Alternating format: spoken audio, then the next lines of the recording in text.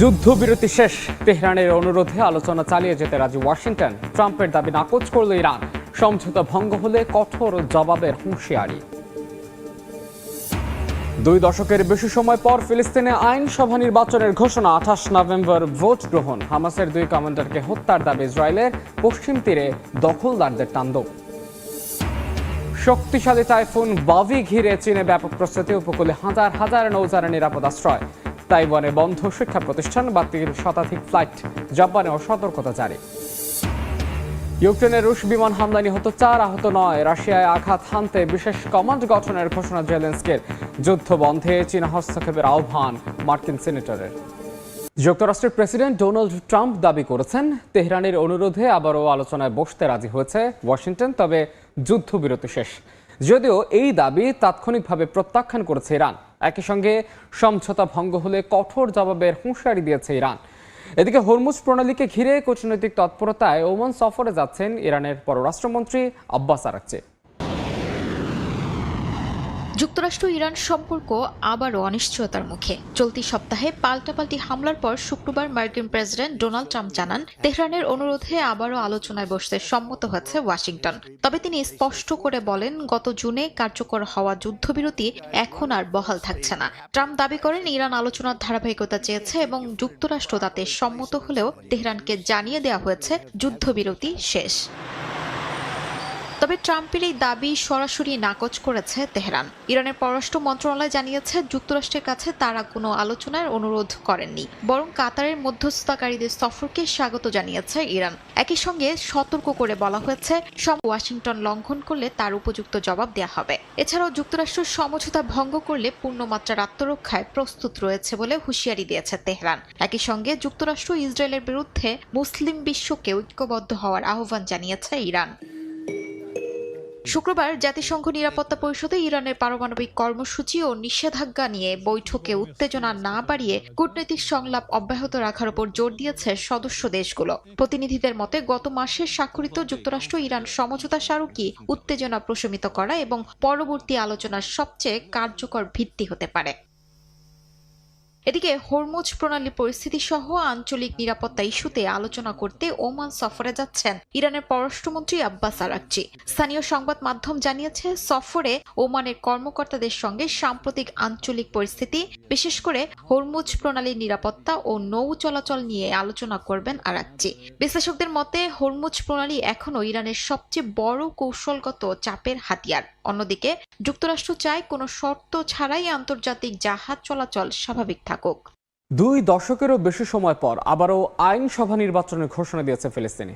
আগামী 28 November vote গ্রহণের তারিখ নির্ধারণ করেছেন প্রেসিডেন্ট মাহমুদ আব্বাস। এদিকে গাজায় হামলা চালিয়ে হামাসের 2 কমান্ডারকে হত্যার দাবি করছে ইসরায়েল। এছাড়া গাজার বিভিন্ন এলাকায় ড্রোন হামলা চালিয়েছে দখলদার বাহিনী। অধিকৃত পশ্চিম তীরেও ফিলিস্তিনিদের উপর হামলা চালিয়ে যাচ্ছে ইসরায়েলি বসতি স্থাপনকারীরা। যুদ্ধবিরতির মধ্যে গাজা অধিকৃত পশ্চিম তীরে অভিযান চালিয়ে যাচ্ছে ইসরায়েলি বাহিনী। অধিকৃত পশ্চিম তীরের হেব্রন এলাকায় ইসরায়েলি বসতি স্থাপনকারীদের হামলায় বেশ কয়েকজন আহত হয়েছেন। স্থানীয় বাসিন্দাদের এলাকা ছাড়তে বাধ্য করার লক্ষ্যে দীর্ঘদিন ধরেই সেখানে ধারাবাহিক হামলা চালিয়ে আসছে বসতি স্থাপনকারীরা। অন্যদিকে উত্তর গাজার কামাল ও আদওয়ান হাসপাতালে ইসরায়েলি কোয়াডকপ্টার ড্রোন থেকে বিস্ফোরক নিষ্ফোরণে কয়েকজন হাসপাতাল কর্মী আহত হয়েছেন। আন্তর্জাতিক সম্প্রদায়ের প্রতি এসব হামলা বন্ধে জরুরি পদক্ষেপ নেওয়ার আহ্বান জানিয়েছে ফিলিস্তিনি স্বাস্থ্য মন্ত্রণালয়।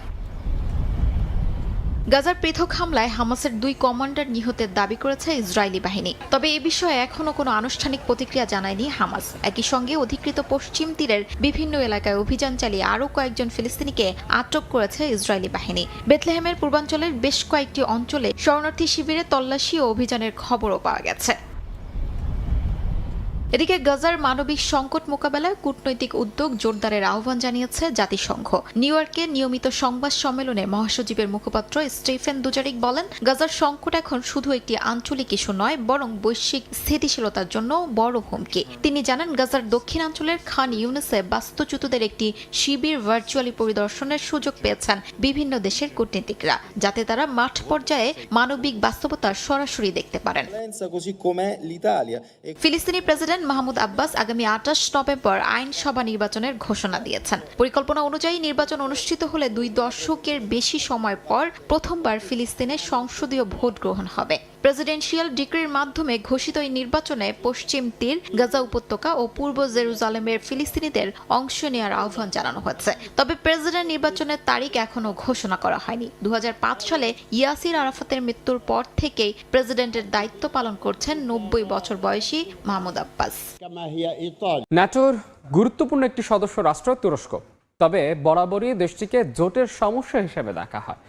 আঙ্কারার নিজস্ব কিছু স্বাধীন নীতি ও সিদ্ধান্তের কারণে পশ্চিমা মিত্রদের সঙ্গে দেশটির দ্বন্দ্ব রয়েছে। সেই তুরস্কই এখন ন্যাটো জোটে ক্ষমতাধর মধ্যস্থতাকারী হিসেবে আত্মপ্রকাশ করেছে। রাশিয়া ইউক্রেন যুদ্ধ থেকে শুরু করে সিরিয়া প্রশ্নে পশ্চিমাদের ভরসা এখন আঙ্কারা। বিশ্লেষকরা বলছেন, পশ্চিমা জোটের জন্য তুরস্ককে আর উপেক্ষা করা সম্ভব নয়। বছরের পর বছর ন্যাটোর গলার কাটা হিসেবে সমালোচনায় থাকা তুরস্ক এবার নিজেকে তুলে ধরেছে জোটের অন্যতম প্রভাবশালী শক্তি হিসেবে। আঙ্কারায় অনুষ্ঠিত ন্যাটো সম্মেলনকে শুধু আনুষ্ঠানিক বৈঠকেই সীমাবদ্ধ রাখেননি প্রেসিডেন্ট রিসেপ তাইপ এরদোয়ান, বরং এটিকে তিনি পরিণত করেন কূটনৈতিক শক্তি প্রদর্শনের মঞ্চে। সম্মেলনে উপস্থিত ছিলেন যুক্তরাষ্ট্রের প্রেসিডেন্ট ডোনাল্ড ট্রাম্প সহ ন্যাটোর 32 সদস্য দেশের নেতারা। তবে আলোচনার কেন্দ্রবিন্দু হয়ে ওঠে তুরস্কের ভূমিকায়।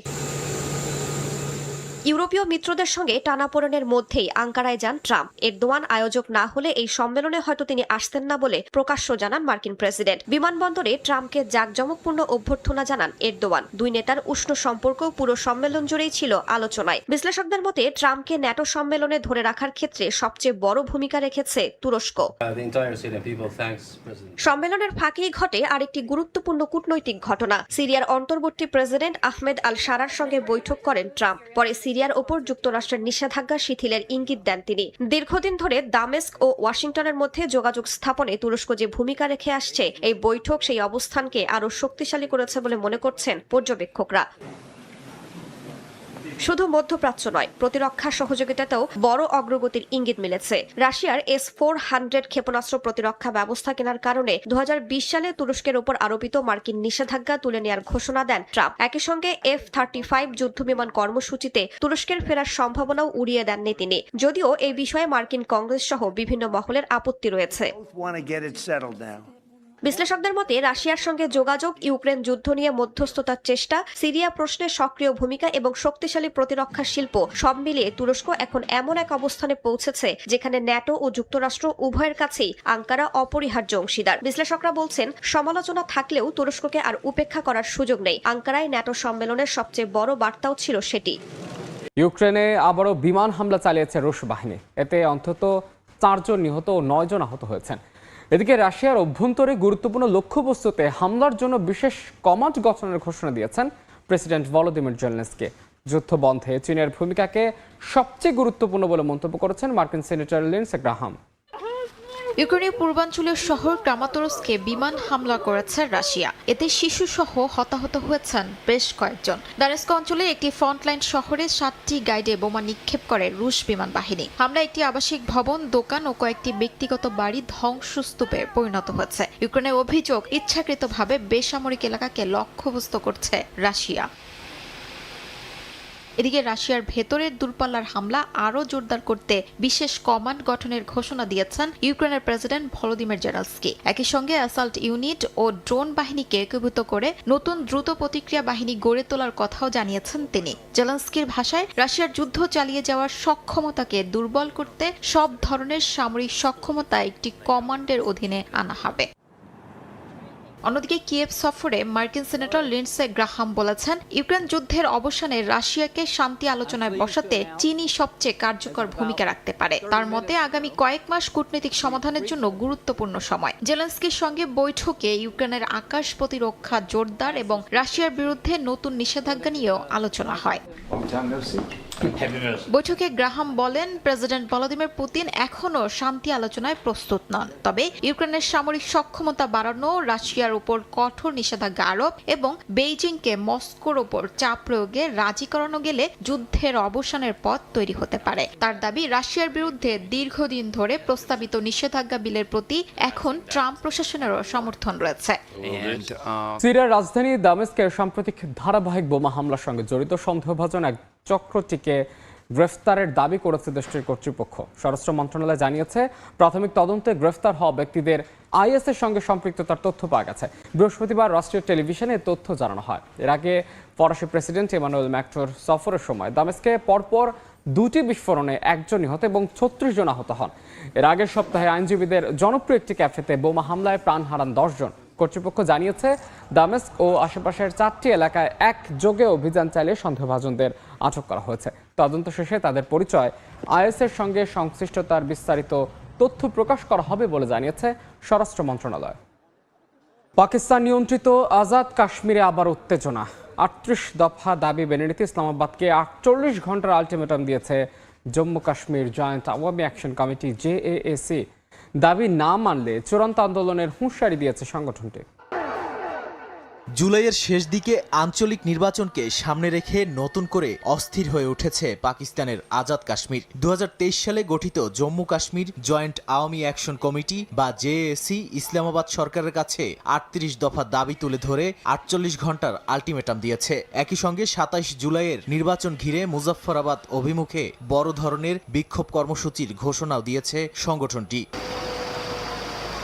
আন্দোলনের সবচেয়ে আলোচিত দাবি পাকিস্তানে বসবাসরত কাশ্মীরি শরণার্থীদের জন্য সংরক্ষিত আইনসভার 12টি আসন বাতিল করা। জেএসির অভিযোগ, এই আসনগুলোর মাধ্যমে ইসলামাবাদ অঞ্চলটির রাজনীতিতে অতিরিক্ত প্রভাব বজায় রাখছে। তবে সম্প্রতি আজাদ কাশ্মীরের সুপ্রিম কোর্ট রায় দিয়েছেন, এসব সংরক্ষিত আসন সাংবিধানিকভাবে সুরক্ষিত, তাই নির্বাহী আদেশে এগুলো বাতিল করা যাবে না। শুধু রাজনৈতিক নয়, অর্থনৈতিক দাবিও রয়েছে 38 দফা সনদে। জলবিদ্যুৎ প্রকল্পের চুক্তি পুনর্বিবেচনা, বিদ্যুতের দাম কমানো, আটাসহ নিত্য প্রয়োজনীয় পণ্যে ভর্তুকি বাড়ানো এবং স্থানীয় সম্পদের ন্যায্য অংশ নিশ্চিত করার দাবি তুলেছেন তারা।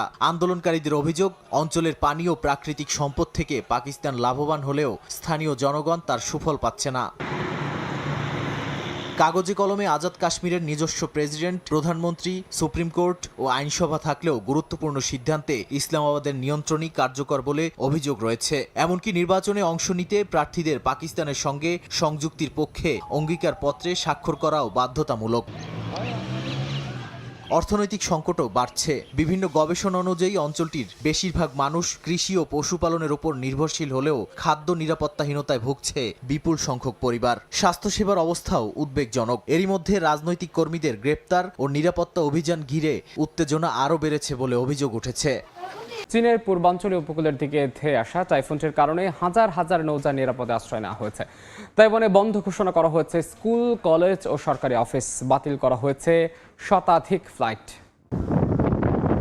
পূর্ব চীনের দিকে দ্রুত এগিয়ে আসছে শক্তিশালী টাইফুন বাবি। উপকূলে আঘাত হানার আশঙ্কায় ফুজিয়ান ও জেজিয়াং প্রদেশে ব্যাপক প্রস্তুতি নেওয়া হয়েছে। ফুজিয়ানের নিংদো শহরে 34,000-এর বেশি মাছ ধরার নৌকা ও পণ্যবাহী জাহাজ নিরাপদ স্থানে সরিয়ে নেওয়া হয়।